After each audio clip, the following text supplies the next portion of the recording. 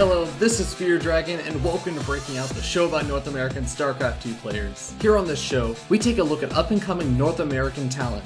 Each week, we check out a new player to get a feel for their personality and their playstyle. On Thursday, we interview the player to try and find out more about who they are and why you should care about them. On Friday, we watch 3 of their games as we cover their playstyle in each of the 3 matchups. Saturday, we take a look at an awesome game that they've played and relax with a little bit of fun as we recap the week and get an analysis of the games. Breaking Out will cover 8 players before it culminates into the Breakout Invitational. With a minimum prize pool of $1,000, we find out who is the most likely player to break out of the North American scene. But enough of that. Let's go ahead and jump right into it.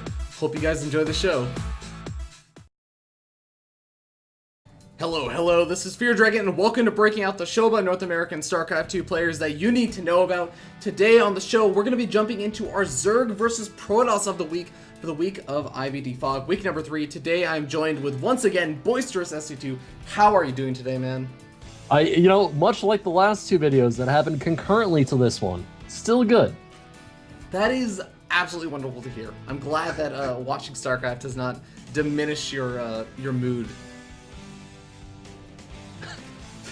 So anyway, let's hop right in and introduce these players. Funny over in the top left-hand corner, we do have our featured player for the week. It's going to be IvD's Phog as our red Zerg player. And his opponent spawning up here in the top right-hand corner, we have the player representing Team Love Your Girlfriend. It is Love Your Girlfriend's Tosin. Love Your Girlfriend actually has a pretty nice logo. They do. It's a nice little rose. It's a black rose. It's kind of blue on this. It looks kind of purple. I mean, Tosin is blue.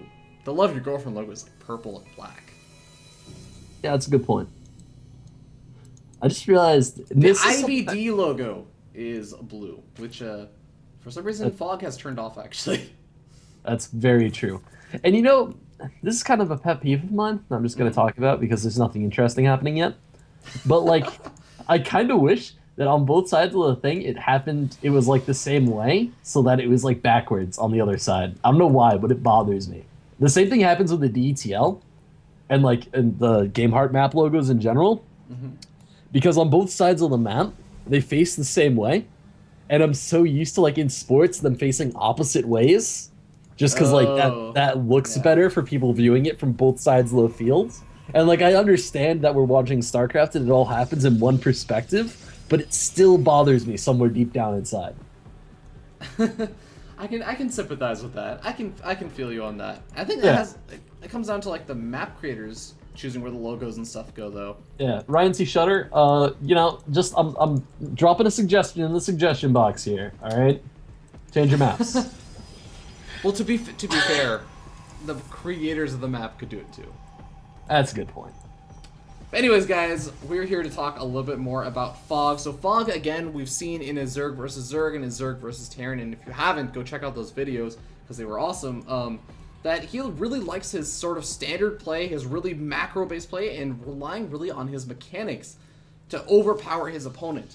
Now, Zerg versus Zerg, we saw him do that with Mutals, and honestly, it's one of the matchups that's kind of harder to do that with because you have to deal with early game aggression. In that game, we kind of didn't see a lot of the early game Zerging aggression, but we saw that Phog sort of seize control with his really fast Mutals play, and then just kind of overpower and take control of the map and really take his 3rd expansion and secure it. In the Zerg versus Terran, we saw him just overpower with Roach Hydra.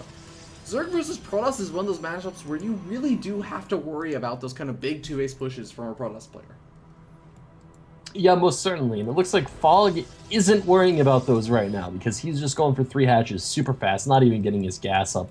This guy doesn't care, Fear Dragon. He has no worries in his life. He has no worries for now, man. But I mean, he saw that he's against a Forge Fast expansion, so you're right. He's not going to be worrying about that until around the 10-minute mark. Maybe the 8-minute mark if we end up seeing some sort of 4-gate aggression. But we'll have to wait and see. Tosin is a really, really solid Korean Protoss player.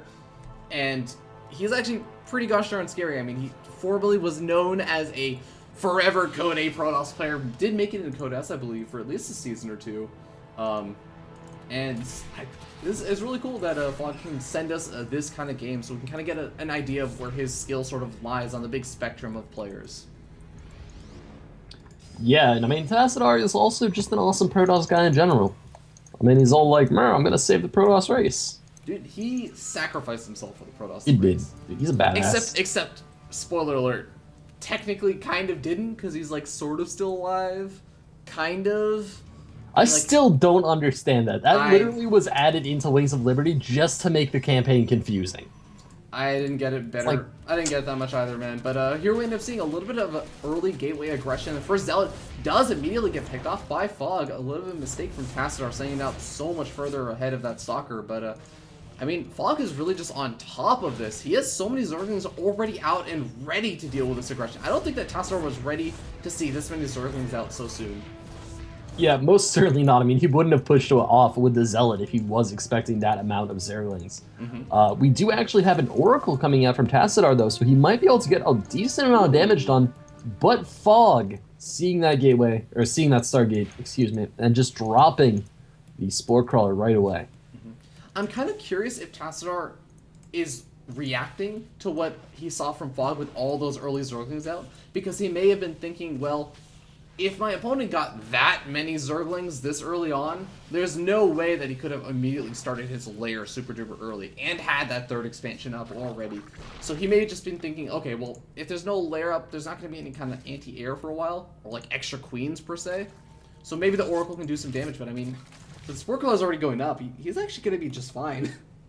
Yeah, I mean, Tassadar is not going to be able to do anything with this Oracle. It hit just a little bit too late. And those Spore Crawlers, they just come out so fast now that you don't need an Evo Chamber anymore. Oh, seriously. But, you know, we do end up seeing third expansion going down for Tassadar, so he's actually okay, just kind of going back into macro mode. He's going to just start making, Void Rays. So we're going to be seeing a bit of Air Toss, honestly. Really, really good choice these days. Is so scary to deal with. But Phog, I mean, he is looking like he wants to go into good old Roach Hydra again. I mean, the Roach Warren already done, obviously. But double evolution chambers, researching missile attacks, I expect a Hydra's Den to be thrown down. Yeah, there it is. Yeah.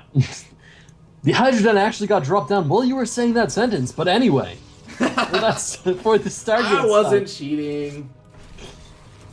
For the Stargate side, we do have that first Void Ray popping out. It looks like he is going to be producing a second one at this point. So he is definitely going to be going for a Noob Canoe style air toss play. With the 3 Void Rays already coming out. These things, they're scary units. The giant laser monsters in the sky. And I don't understand them, Fear Dragon. How do they fly? If we understood them, then the Terran race would also have Void Rays, and that is a scary thought.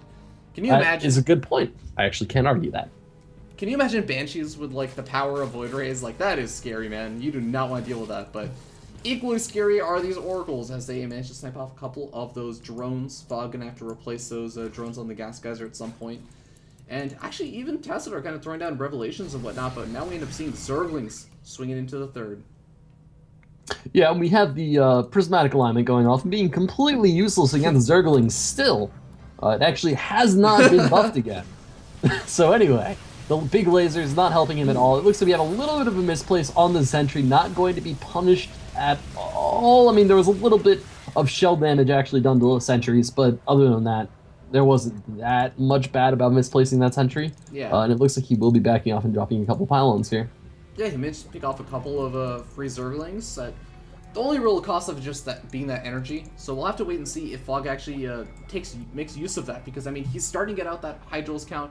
He is starting to add in a couple of these Roaches, so this isn't just kind of that pure Roach, or sorry, not a Roach Hydra, the Zergling Hydralis composition that we sometimes see from Zerg players. And oh wow, that is a kind of early 4th expansion. Yeah, and this is a lot of early Hydralisks coming out from Phog. And he looks like he is going to be going for a push at this point. This is definitely the right time to push because there are no Colossi up yet. It looks like Blink. There's like barely any force fields. He used up most of them. Oh, that's a good point. That was actually a much bigger thing about him missing those that sentry place earlier. But yeah. It looks like Phog isn't gonna attack. He's kind of posturing himself around the midfield right now. I think he may just be preparing for this kind of aggression. I believe he saw the Warp Prism. Yeah, he's even sending a Hydralis up to the top right-hand corner of his base. Literally just barely not seeing that War Prism. Oh my god, that positioning is so unfortunate. But Zealots get dropped in. Queen's in the Hydralis and the Roach should be able to deal with it, but he may end up losing this Queen. No, he should be fine. The Queen should be able to patrol around and stop it from actually getting any kills.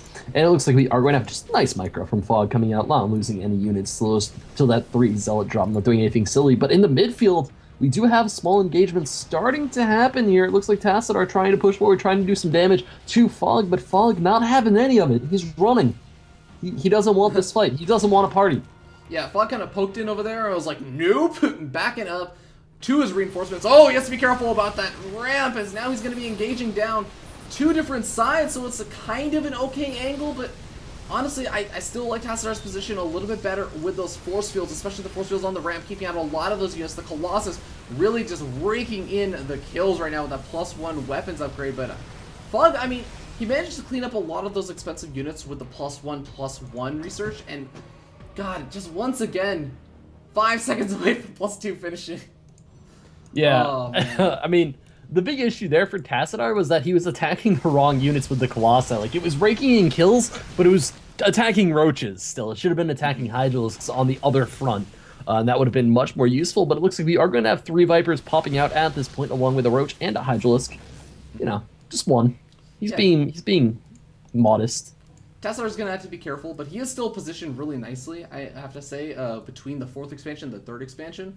And with another Colossus being added into the mix, +2 weapons finishing up for Tassadar, he still should be in a pretty good position. He has a couple more force fields to throw down, getting pretty good position. But there are a lot of Roaches and Hydrals. Is it going to be enough? It looks like Phog going to have to back up for now. Yeah, but at the same time, these Vipers are about to be finished, and these Vipers are going to be so important in the upcoming fight. He's going to be able to abduct the 2 Colossi. And when that happens, that's when things really kick off for the Zerg player, because they just snipe stuff, and then it's game. Oh, but speaking of sniping stuff, Boysters, Tassadar are going to be able to snipe off this 4th expansion. That's going to be a big loss, as well as all these units that were popping out of the Roaches. Oh, actually, sorry, the Larva does get canceled. That is actually a really small but underrated move that actually just happened, as those units would have just been killed off. It would have been a huge loss of resources. Yeah, most certainly. It looks like we have beautiful Colossi pulls from the Vipers, and those Colossi are going to be killed off, but we have a nice blink forward coming in from Tasvar, and actually managing to cover those Colossi for a little bit longer. They do get sniped in the end, but Phog is going to have to really rely on his reinforcements, and he might have enough to push this back. It looks like he will.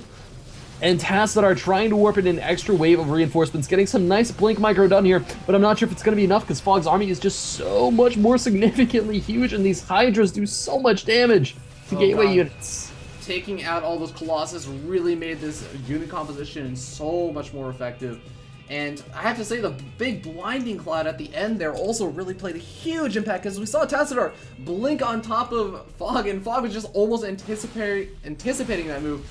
Had the energy left over for the blinding cloud, waited for those Stalkers to blink, and just threw it down. Stalkers immediately rendered completely ineffectual, and had to back up and ended up taking a pretty bad engagement at the end of that. But now we end up having Phog pushing in. Look at this, the Vipers already have the energy ready for another attack. Yeah, and that's going to be huge. I mean, that's the big thing about that consume ability that they have. They can just eat buildings, and they're fine. But it looks like we are going to have a small fight going down here. A couple Roaches getting picked off, but Phog really doesn't want to engage until he does. And there we have a couple of Colossi going down, and that is huge. Tassadar now out of Colossi, out of units, losing everything Fear Dragon. It's a slaughter, and Tassadar is going to call the GG. And that honestly was a pretty good game. I thought actually that Tassadar was going to have it at a couple of points. I mean, he was pushing in between the 3rd and 4th expansion. The Colossus looking to be a really scary prospect, but I mean, Phog managed to kind of pull out that Roach Hydrals count numbers and hold on until he got the Vipers. I think the Vipers were really the big turning point in that whole engagement, because he managed to pull off the Colossus, and Tassadar just really couldn't do anything about it at that point. Yeah, pretty much. I mean, Phog, his macro play is just so solid. It's crazy, Fear Dragon. It's crazy. It is, but you know, with that being said, guys, that is going to put an end for today. If you are watching this over on Twitch, that is pretty much the last game. If you're watching this on YouTube and you haven't seen the Zerg versus Zerg or the Zerg versus Terran, or heck, even the interview from yesterday, go ahead and check those out. But Boisterous, I have to ask, where can people catch you at? If people want to catch me over on Twitters at BoisterousSC2, on YouTube, youtube.com/BoisterousSC2, or on Twitch, twitch.tv/BoisterousSC2. Indeed. Make sure you carry a mitten, because this guy is pretty hard to catch. Oh, terrible baseball joke. Oh my god, that... I mean, the thing in baseball isn't called a mitten, it's called a glove, but, I mean... it was close. It was close to a joke, Fear Dragon. I like turtles. Anyways, this has been Breaking Out. We have another show coming up tomorrow, guys. That's going to be on Saturday. So be sure to tune in for that. It's going to be the Fun Day episode. And if you enjoyed these games, definitely tune in tomorrow. Because Phog is going to be able to unveil all the crazy awesome things that we completely missed. Because we're just the commentators. And he's obviously the player that knows how to get into the mind of the player that is Phog. Because generally people are self-contained in their own mind.